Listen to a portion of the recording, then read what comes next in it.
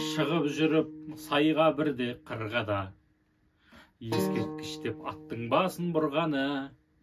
80 жылдық болғанда шүкір дедік оғанда, көңіл бөлді Заманбектей тұлғаға. Қырыққандай қанатынан құстарды, қырқу керек түсінбесе тұспалды. Шындық деген ой болса, сенген қойың сол болса, судьяда параменен ұсталды. Дулат мырза шын жанашыр тілдесе, біз осылай бірігейік бірлесе. Қазақ үшін талмайды, жұмысқа да алмайды, жұмысшылар қазақ тілін білмесе.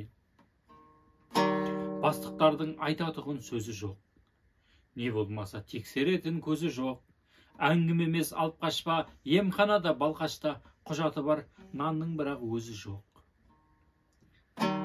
Бір мияулар бұны естісе шошиды, ал жақсылар көңіліне тоқиды.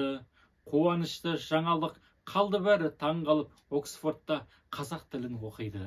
Көңіліңді босасын, қуаныштан тасасын, ағылшындар қазақ тілін оқиды.